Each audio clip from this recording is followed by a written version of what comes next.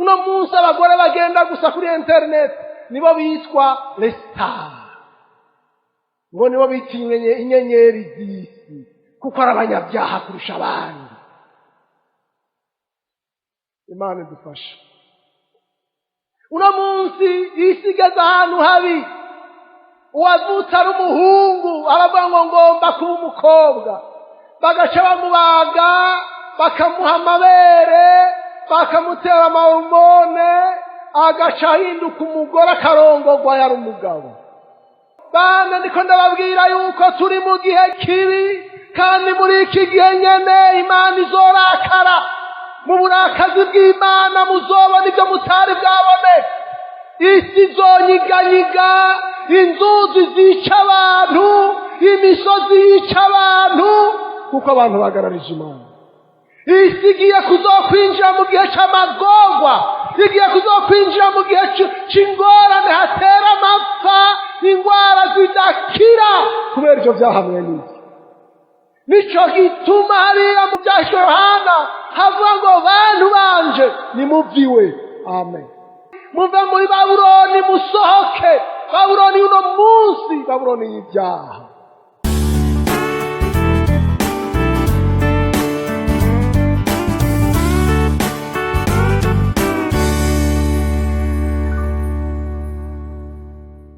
Ndasubiye kubaramutsa mu izina rya Kristo Yesu.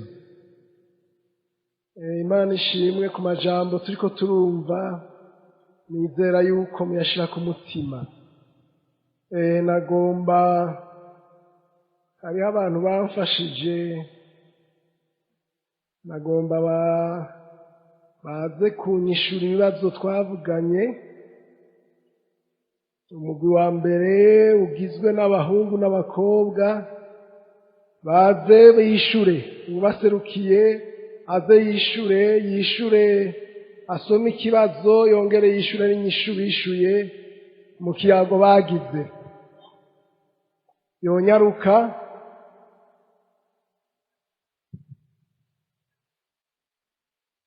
Hanyuma umugwi w'abakobwa nawo uce wegera hafi n'uw'abahungu, abagiye barabaserukira baze nyaruka dusomere.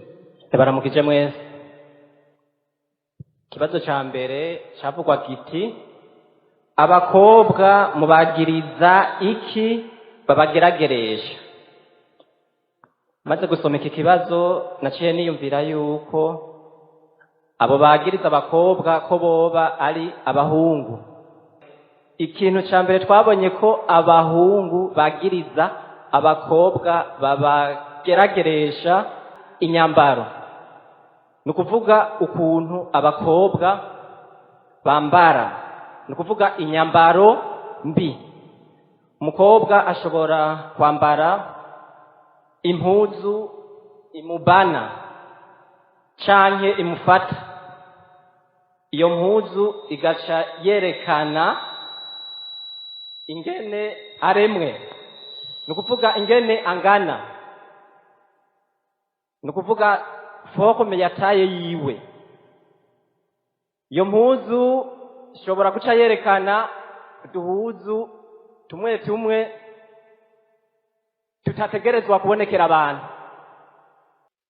Iyo mpuzu ica yerekana uduhuzu tw'imbere tutategerezwa kubonekera abahungu, uduhuzu two munsi. Muri ico gihe rero umuhungu atubonye canke abonye ingene forme yateye yiwe imeze, ashobora guca ageragezwa. Hari n'igihe umukobwa ashobora kuba yambaye nk'impuzu, nk'akarorero yunamye, kaje usanga ibihimba bimwe bimwe by'umubiri wiwe birabonekeye umuhungu. Muri ico gihe umuhungu abibonye aca ageragezwa naho nyene. Ikibazo ca kabiri, ikintu kigira kabiri twabonye gishobora kugerageza abahungu ni utugenegene. Nukuvuga utuntu umukobwa yigirisha imbere y'umuhungu.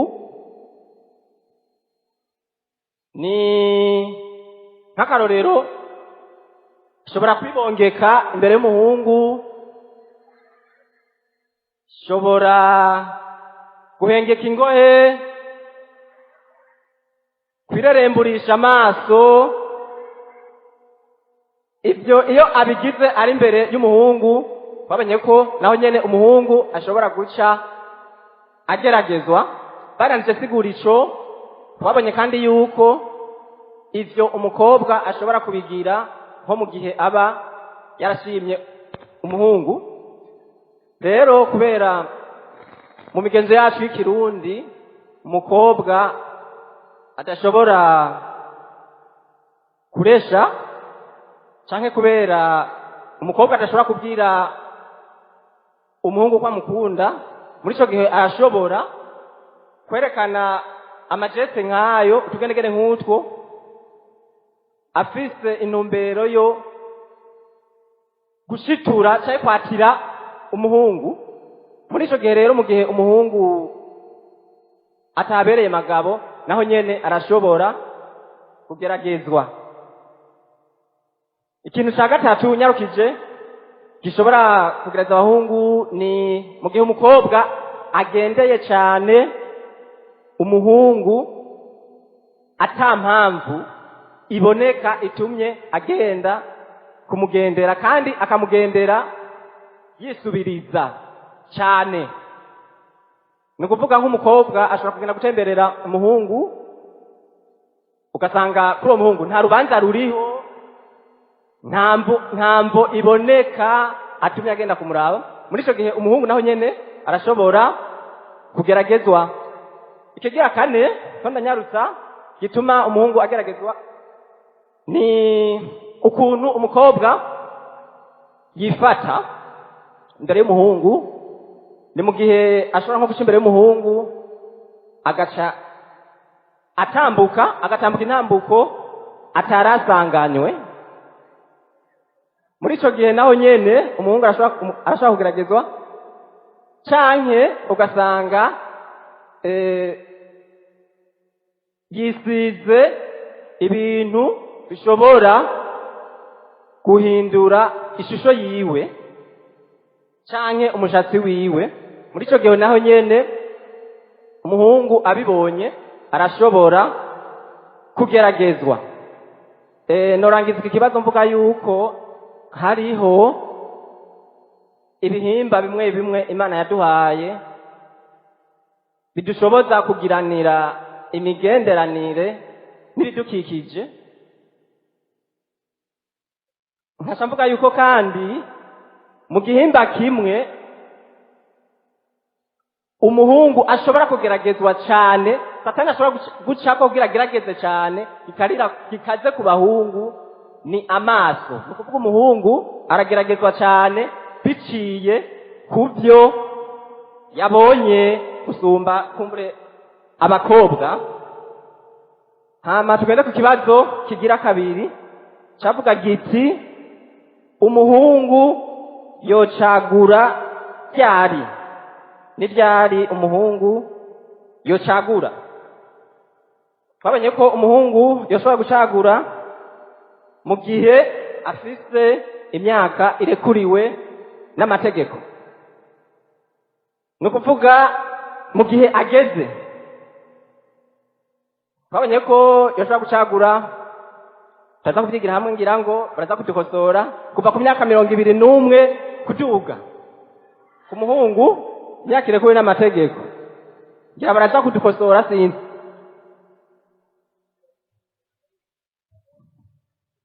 Ndabandanya. Umuhungu kandi yocagura mu gihe abona ko afise ivyankenerwa, kuvuga ivyangombwa nk'inzu. Ni ukuvuga abona ko afise kandi ivyo kurya, ivyambagwa vyo kwambikwa umugore wiwe azanye, canke akashobora kubona ko azoronka ivyambagwa vyo kuzokwambika abana, kuko umuntu arongoye bitahindutse bigenze neza arashobora kuzoca aronka n'abana. hanyuma mbandanije kuri ico kigira kabiri ko yocagura amaze kubona ko afise ivyankenerwa twaciye tubona ko Imana mu kurema umuntu dusomye mu gitabo c'itanguriro ntiyatanguye kurema umuntu ahubwo yatanguye kurema ibintu yararemye isi irarema itongo hama umuntu w'umugabo iramushira mu itongo ni ukuvuga harimwo ivyo kurya mu itongo imaze kumushira mu itongo Imana irabona ko bitabereye ko ashobora kwibana wenyene iramuha rero umufasha bikwiranye ngomvye kuvuga yuko Imana yatanguye kurema ibikenewe hanyuma ica irema umuntu rero umuhungu yocagura mu gihe kandi abona ko afise ibikenewe. Ca gatatu umuhungu yocagura mu gihe wenyene yumva mu mutwe ko agiye gucagura afise intumbero yo kubaka. Iki kibazo aka kantu twakaganiriye ko twarabonye ko ico abakobwa bomenya canke n'abahungu abahungu bagiye gucagura ntibafise intumbero zimwe. Hari umuhungu ashobora kuza gucagura umukobwa afise intumbero mbi abitewe n'ubushakanyi canke afise intumbero yo gusambanya uwo mukobwa.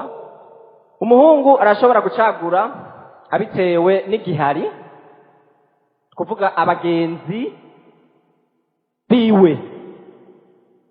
Ndanyarukije hanyuma ikigira kane akantu ka kane twabonye rero ko ku banyeshure abanyeshure twokwibaza tuti yarahejeje amashuri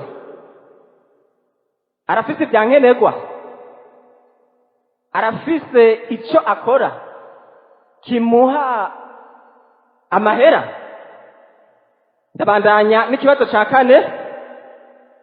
Ikibazo ca gatatu kivuga kiti intege nke z'abahungu zitegwa n'iki?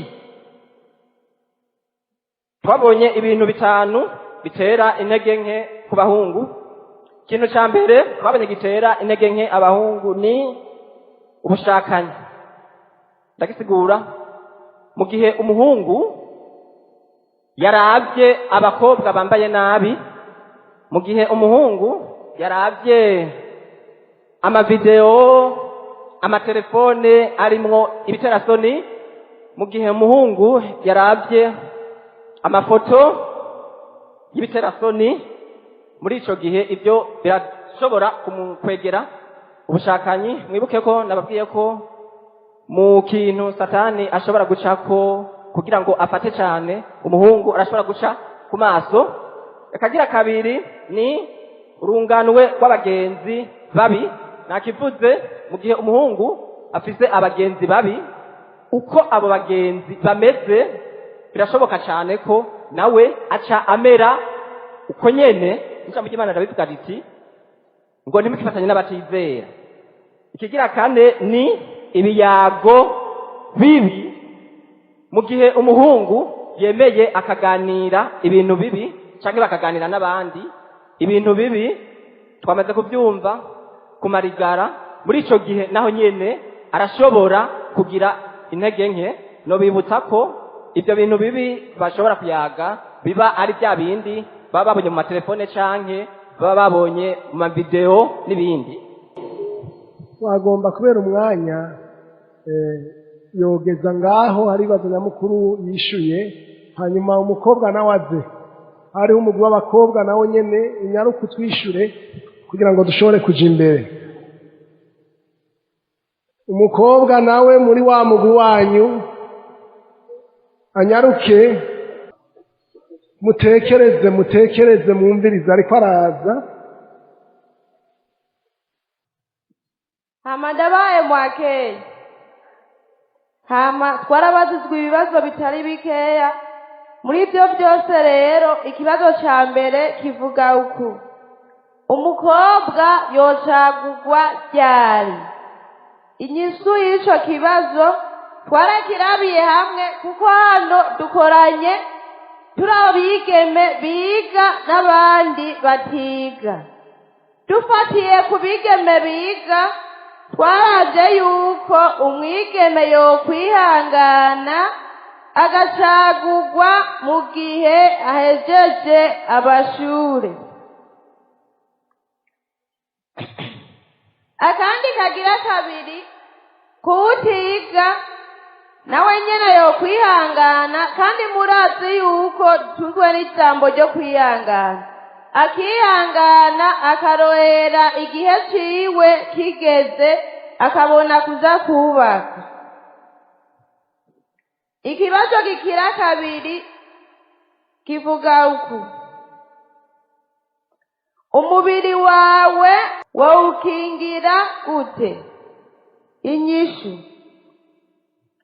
mu gukingira umubiri wawe wotangura ukihangana, ukirinda imigenderanire iri hagati y'abahungu n'abigeme.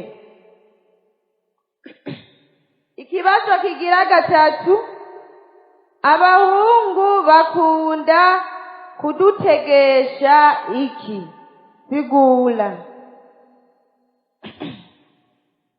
Abahungu kubyo batangura kudutegerako tutaratangura gusigura, ni kubyo baduha.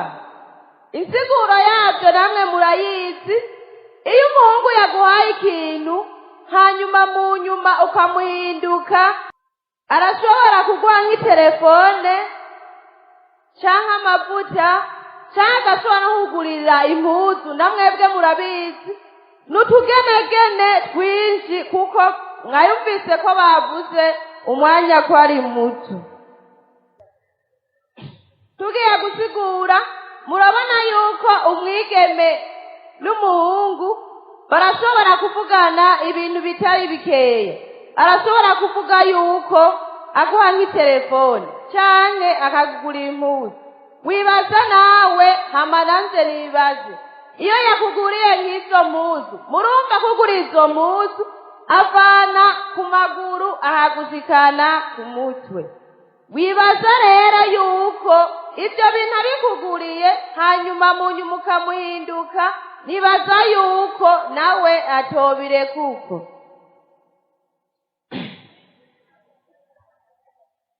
Ikibazo kigira kane kivuga uku: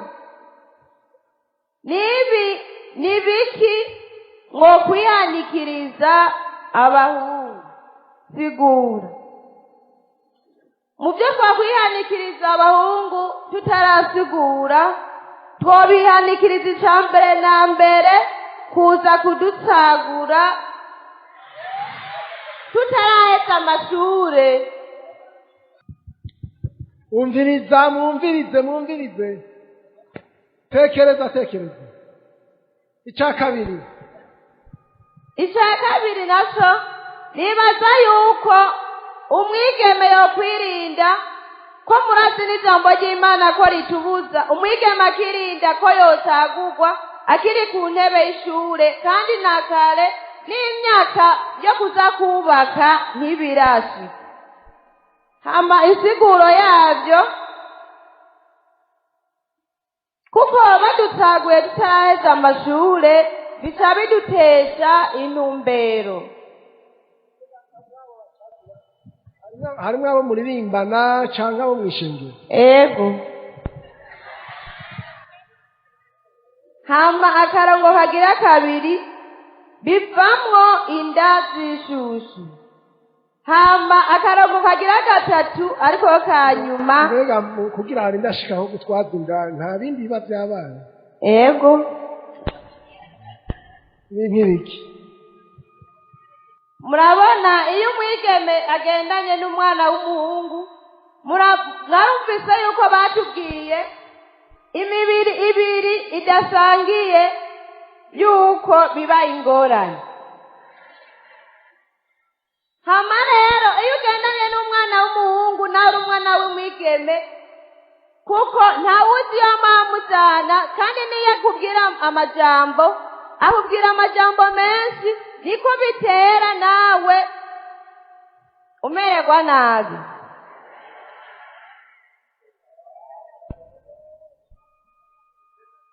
hama akarongo ka nyuma bituma umuryango ukwanga. hama turarangije inyishu zarize. none nta n'uwitwaza bibiliya canke gusenga ariko afite indi ntumbero. Yego. akitwaza ko musenga canke muririmbana ariko afite agomba gukoresha ibyaha. none murabihanije ntibitwaze bibiliya mukubesha. murakoze cyane. genda wicaye. tugaruke rero ngomba mfata iminota mikeyi. nari nashatse yuko mwebwe ugwaruka namwe muvyirabira mukavyivuganira hagati yanyu mugashika ku nyishu mwitangiye. ntimuhave mugira ngo abapasitori bavuze ngo ariko ubu nimwe mugizene nimwe muvyivugiye. ntitwaronse umwanya w'uko bishyura ibibazo byose twari twabajije. hariho ikibazo kivuga ngo umubiri ni iki.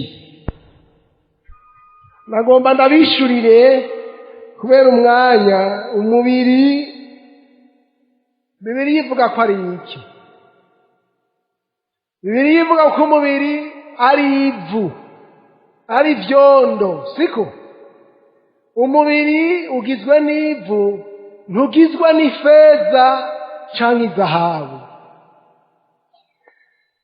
naho woba mwiza, naho wokubwira ko usa n'irirenga, naho wovuga ko kw'ishuri ryose uri umukobwa mwiza kurusha abandi, umubiri wawe ni ivu. naho wowe usiga amavuta ukamwa ingohe ugashirako twa tundi bagira ngo naho wowambika skin, naho wogerageza bya bindi byose bamugasiga amarangi ukamera nka ya nkware y'intuze bita ishwima, naho wogira ibiki umubiri uguma ari ivu. mbega uwo mubiri uzoja mu ijuru? iyo umuntu apfuye naho yokundwa ate baramugumiza mu nzu, hari icyumba bamuhebera. mbega amahera ijana yo woyamuhambana? mbega bamushira muri ya mazu y'iratiro mu mamize ngo bazoze bararata ubwiza bwiwe? baramuhamba kuko abora agacanuka. hari ikindi kibazo kivuga ngo isi ni iki? isi ni iki? nagomba jewe nsobanura ingene icyo mvuga ku isi. isi ku bwanje jewe nije mvuga isi. isi ni uko mu gitondo kimwe abantu bagenda ku bitaro bari imigwi ibiri, bamwe bagiye kwibarutsa abandi bagiye gusezera muri morgue. isi ni uko ku munsi wa gatandatu mu gisagara cy'Ubujumbura imiduga imwe iba yambaye amashurwe igiye kuri mariage, n'iyindi nayo iba yambaye ibitambara bya move igiye ku mpanda. isi ni uko mu bibanza bibiri bigirwamo imanza harya haba hari kwagirwa urubanza rwo gusohora umwana, harya nawe akaba hakigirwa urubanza rwo kuganduka. nuko hamwe bariko baragira imanza ko bavyaye amahasa, ahandi hakaba hariko hari urubanza rwo gukaraba bavuye guhamba. iyo niyo si. isi nuko imeze, na uyikunde canke ureke, isi imeze gutyo. Dusome hariya muri Daniyeli, ngomba nsome nyarutse igice ca 4. nari nabanje kwishura ivyo bibazo. Ibindi bibazo mwavyumvise. Mwabahungu ivyo babihanije mugende mubireke, mwabakobwa ivyo babihanije mugende mubireke. Sinobisubiramwo vyose, vyoba birebire. Ejo baratwigishije batubwira isi aho igeze, kw'isi ishaje. Nagomba ndababwire gwaruka, si ukubihebuza, ariko mwebwe mubayeho urunganwe turimwo n'urunganwe rutazoramba. Kubera iki rutazoramba? Kuko isi yihaye ibyaha by'akarengarugero. Turabona mu gihe ca Nowa abana b'Imana ngo bifuje abakobwa b'abana b'abantu, ngo batora bamwe muri bo barabarongora. Imana iciravuga ngo iricujije ico yaremeye umuntu. Ariko ngo muri urwo runganwe ngo Uhoraho arashima Nowa. Ariko Nowa we Uhoraho aragirana, aramushima. Abahinga mu bya Bibiliya, abarkeologe bibilike, baheruka gutora amasigarira ya vya bigatanya vyavyagwa hagati y'abana b'Imana n'abana b'abantu. Basanga n'abantu batari bameze nk'uko tumeze, byari ibintu by'ibigatanya by'ibihume, kuko bivuye mu caha. Imana icirarungika umwuzure. Nama niyumvira igituma ibi byaha by'ubusambanyi muri Bibiliya Imana itigeze ivyihanganira n'umunsi n'umwe. Mu gihe c'Isodomu n'i Gomora hariho ibyaha vyitwa homosexualité, hariho ibyaha vyitwa sodomi. Uravye ukagenda kuraba, hariho ingoro y'ikigirwamana c'umugabo. Iyo ngo rusengero, iyo ngoro yiwe ari ingoro y'umugabo w'umumaraya. Nukuvuga umugabo w'umumaraya asambana n'abandi bagabo. Ngo ivyo ngo biraduga. Niyumvira ko habayeho amarira y'abagore, kuko abagabo babo bari kumbure babahevye bakaja kubana n'abagabo nkabo. Ngo induru iraduga irashikira Imana. Imana iti ndagiye kuraba ivyo bintu, kuko abantu bari bashitse ku vyaha twita de péché contre nature, bicuri kuko Imana yategekanije ibintu. Hanyuma rero Isodomu n'i Gomora harasha haratongoka. Uno munsi hari ibyaha vy'ubugesera, ibyaha vy'ubusambanyi, vy'ubuyobe. Singomba kuja kuri ibyo ngo ndabitereko. Ivyo vyahindutse ngo nagateka kazina muntu, n'uburenganzira bw'umuntu. Kubwanje jewe ndavyita 666, kuko umuntu ni washizwe imbere, Imana nayo ukamenga irakandagiwe, hanyuma agaca bagira amafyeri. Hariho ivyo bita ngo parade, bavyita mu Kingereza ngo ni gay pride. Ubwibone bw'iki bw'aba homosexuel, bw'abagabo basambana n'abandi bagabo, ngo bagaca bagira amaparade, bagaca bagenda bakazunguruka mu gisagara, ngo bariko bagira ico bita gay pride. Ko abantu bahambaye niko bari bameze mu gihe c'Isodomu n'i Gomora. Bana ndiko ndababwira yuko turi mu gihe g'ikibi, kandi muri iki gihe nyene Imana izorakara. Mu burakazi bw'Imana muzobona ivyo mutari bwabone. Isi izonyiganyiga, inzuzi zica abantu, imisozi yica abantu, kuko abantu bagararije Imana. Isi igiye kuzokwinjira mu gihe c'amagorwa, igiye kuzokwinjira mu gihe c'ingorane, hatera amapfa, ingwara zidakira, kubera ivyo vyahamwe n'iki. Nico gituma hariya muruza mu vyahishwe Yohana havuga ngo bantu banje nimuviwe. Amen. Muve muri Babuloni musohoke. Babuloni uno munsi, Babuloni y'ibyaha. Muri Isirayeli mu minsi yaheze habayeho ico kintu nako ndavuga ca gay pride. Umuyuda umwe wo mw'idini ry'abayuda ahitana imbugita, arirukanga, acuma itumwa aramwica. Ngira ngo yari yagomba kwigana ntuze. Nine hasi abapolisi baramufata. Uno munsi nta gihe gisigaye mu bisagara bimwe bimwe, igisagara kimwe co mu Budagi baramaze kurekura ngo abantu bagende bari gusa atana suvesima bambaye. Ico gisagara citwa bava ngo ni igisagara c'uko abantu bashobora kuba gusa. Hariho n'amabici amwamwe hajya ku misenyi bemererwa kuba bari gusa. Ejo bundi hari umunsi bita ngo umunsi wa nature w'ingene w'ivyaremwe, abantu baciye barekurirwa amasaha yo kuba gusa. Uno munsi abagore bagenda gusa kuri internet nibo bitwa les stars, ngo nibo bitiye inyenyeri z'isi, kuko ari abanyabyaha kurusha abandi. Imana idufashe.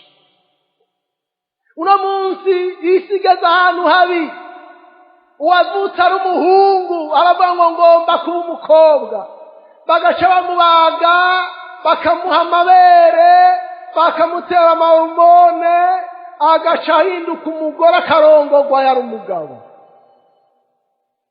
Muri iyo minsi iheze navuganye n'umuzungu ambwira ati wacu turafise ingorane mw'ishengero, twari dufise umuntu w'umukozi w'Imana w'umugabo, mu nyuma ngo agomba kuba umugore, aragwa aragenda.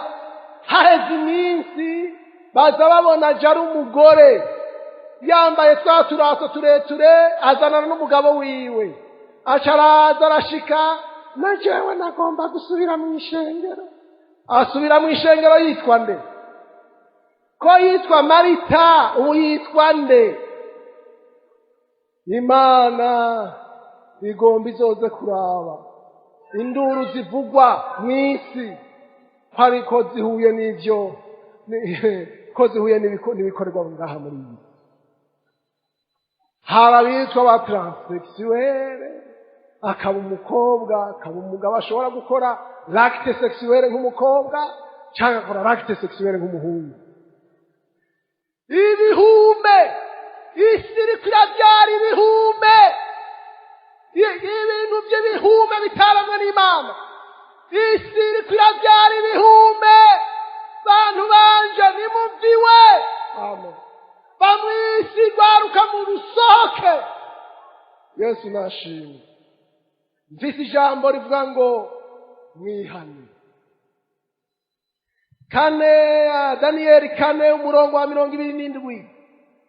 None mugenzi, wemera inama nkubwira, reka ibyaha byawe ukora ibigororotse, kandi ureka ibigabitanyo byawe, ugirire akagongwa impazwa, kugira ngo kuroranirwa kwawe kube kuramaze kabiri. Luka 15. Luka 15 niho ngomba nsome nca ndangirizaho nyene. Umugani w'umwana w'icangazi, umurongo wa 11. Kandi arababwira ati habaye umuntu afise abahungu babiri, umuhererezi abwira se ati data mpumugabane w'ibintu notwaye, abagaburira itunga ryiwe iminsi nikishize. Umuhererezi akoranya ibintu vyiwe vyose, aragenda aja mu kindi gihugu ca kure, ashitseyo yayisha ibintu vy'ubuhumbu. Abimaze vyose, ikigoyi gikomeye gitera muri ico gihugu, atangura gufutana, aragenda ashumba ku muntu wo muri ico gihugu, amurungika kwa gasozi kiwe kuragira ingurube. Yifuza guhazwa, n'ibishishwe ingurube zarya ntihagira uwumunusa. Yisubiyemwo aribwira ati abacangero ba data bangana kuriya kandi bahazwa n'ivyo kurya bakabisigaza, nanje jeho inzara iriko iranyicira hano.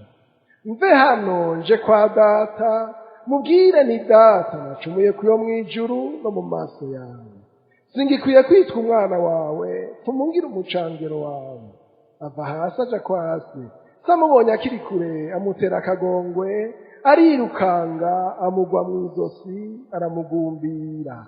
Wa muhungu aramubwira ati data nacumuye kuyo mwijuru no mu maso yawe, singikwiye kwitwa umwana wawe. Maze se arabarira abashumba biwe ati nimuzane n'ingoga imvune iruta izindi, muyimwambike, mumwambike n'impeta ku rutoke n'inkweto mu birenge, muzane yashuri nuze muyibage tujye tunezerwe, kuko uyu mwana wanje yari yarapfuye none arazutse, yari yarahavye none arahabutse. Nuko batangura kunezerwa. Imana ishimwe. Ngomba munyumvirize amajambo mwarayumvise, mugabo uno munsi ngomba ndakubwira ijambo ryo kukwingira. Wewe uri n'icaha c'ubusambanyi utihanye, kandi shetani yarakuriye umutima, agatiro kawe gasigaye kaguruka. Shetani akubwira kutakivayo. Wewe wamunywa ibinini kugira ngo ntutware inda, le pilule du lendemain. Wewe shetani yarakuriye umutima, arakwagiriza ibintu kandi akakwagiriza n'ivyo wakoze. Wewe warakoroye inda, urongera urasubira urakorora inda. Wihane kugira ngo ukuroranirwa kwawe kube kuramaze kabiri. Amen. Wewe uri kumanga hafi y'ubusambanyi, uri n'umuhungu mwama mugira amakarezi. Wihane ukuroranirwa kwawe kube kuramaze kabiri. Iki gikorane Imana yateguye nukugira ngo wihane. Amen. Yesu agomba kukurokora, agomba gukire. Haleluya. Wewe uri masurva uno munsi niba ko ryawe ryo kwihana. Amen. Warabaye nk'umwana w'icangazi, ubwa mbere yasa n'uwishe se. Amen. Nawe usa n'uwishe Imana, impanuro zayo warazanse. Aravuga ati jewe mpapare yanje ntibyanje nigire.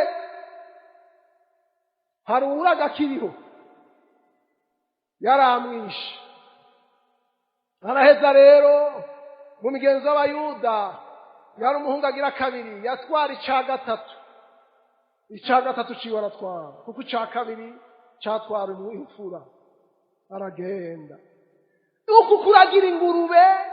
Mu migenzo y'Abayuda ingurube yari ikintu kizira gihumanye, carazira ku muyuda akora ku ngurube. Kuragira ingurube byasigura ngo yari yaradwibiye, arashika ibwina mu vyaha kure. Niko byasobanura.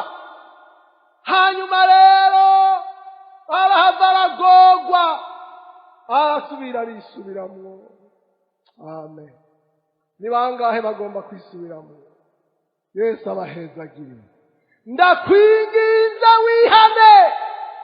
Waratinye kwatura icyaha cyawe. Uyu munsi numva Imana ibwira ngo wihane. Haleluya. Nibyo warishe, warakoroye inda, kandi ibyo navyo mu isi bariko barabirekura. Kuvuga ngo abahungu nibo babagora. Hariho abagowe n'abantu b'abagabo, hariho abagowe n'abo basabye kwindara, hariho abagowe n'abantu batari kubagora. Wihane.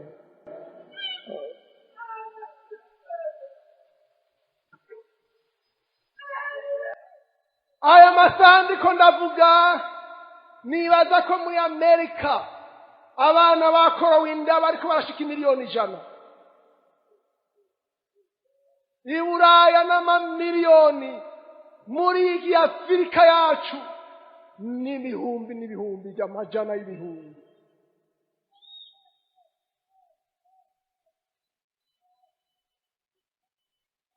Abakuru bo mw'isi bava ngo bagiye kugwanira ko gateka k'abantu bakorora inda uko bishakiye. Mu Faransa bageze aho bagira distribution de la pilule du lendemain. Abakobwa bose bigiye 8 bigiye 7 bagahita mu gitondo bakabaha. Nimunywe binini mukora ibyaho ko mugomba. Ejo bundi narababaye ahantu hamwe kwishengero hari centre de santé, abaganga bavuze ngo mbega murabizi abadusaba amapirire benshi abaribo nibajya abakobwa baririmba mu ikorari, nibo badusaba amapirire kurusha abandi. Mwihane wewe waje ngaho no munsi, amen, wisubiremwo.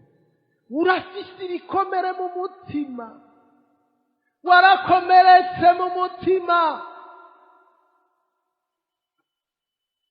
uravirirana hariya mu mutima, uravirirana, shetani akiguhendahenda, wamengo n'ibintu byoroshe, none yarakwibije hariya ibwina mu byaha.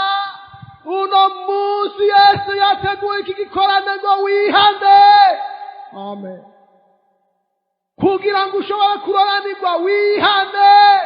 Shetani akubwira ko atanico kimaze, niko yakubariye shetani. Hari ikiyago yama kuyagira ukarara ubona,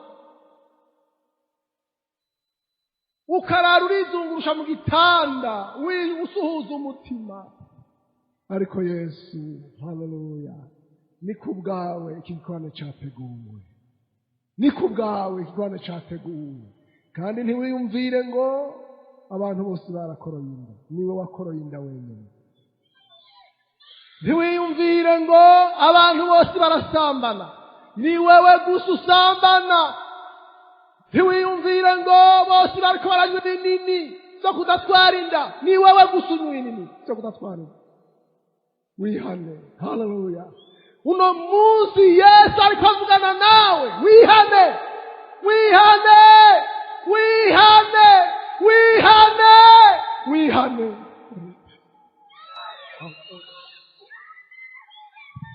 Uracafise igiciro imbere y'Imana. Haleluya. Aya mafaranga nangahe? Nangahe? Mbega ndayagize gutya. Nangahe? Nangahe? Shetani yarakugize uko. Ndayakandagiyeho. Nangahe? Nangahe? Mbega aya mafaranga. Urabona no gutabuka yatabuka. Shetani yaragutabuye. Agutabuje ubusambanyi, agutabuje masturbation, agutabuje ibinini, agutabuje ibindi je no sais quoi. Ariko uracafise valeur. Amen. Uracari n'igiciro imbere y'Imana. Biracyashoboka iby'iwawe. Haleluya. Mu maraso ya Yesu biracyashoboka. Kwaruka biracyashoboka. Uracyashobora kwihana. Birakunda. Haleluya. Birakunda muri Yesu. Birakunda kushobora kugaruka. Birakunda kushobora gukira. Yesu aguhezagiye. Uri niyi valeur. Haleluya. Abantu baragukandagiye, barakuvuga, urazwi, warashizwe inyuma y'ishengero kumbure, nukiri muri korale, ariko uracafise valeur. Haleluya. Iki gikorane kwari kugira ngo Yesu akurondere, Yesu akuronke, aho bahamagarira bihanuze kunyaruka. Yesu aguhezagiye. uwundi munsi ngo azabona araje. Haleluya! Anuka igisogororo c'ingurube, yarononekaye, yaragwaye imvunja, urushasi rwaraguguye, hasigaye afise ibinenge. Yesu ngo aramugwa mu nda aramusoma. Amen. Ati mubagishuri mute ukagaruka ukihana, uri n'umunsi mukuru. Hari umunsi mukuru Yesu akugirira. Ishuri nuza kurusha izindi. Haleluya! Niyubagirwa. Amen. Imvune nziza ukambika iyindi impuzu. Ntusubire kumvira ijoro rya Shetani awuhamagara gucuza. Umuhungu mukuru aridoga ngo jewe nta nagasuguru wambagiye, none uco kigaba kiraje ukibagiye yashura isumba izindi kunura. Hariho uguma mwishengera ariko ntamenye ntashobore guprofita imihezagiro mwishengero, ntashobore kunezerwa imigisha mwishengero. Ariko ugarutse urafise uburenganzira ku migisha yose y'Imana. Yesu aguhezagire. Niwazanywa n'abakomeye, wazanywa n'abagwaye. Mwami ndagushimiye mu izina ryawe ry'ubushobozi, ukore kuri iyi mitima yakomeretse. Haleluya! Ukore kuri abantu bari umutima na Shetani, ubagarukane mu izina rya Yesu Kristo. Amen.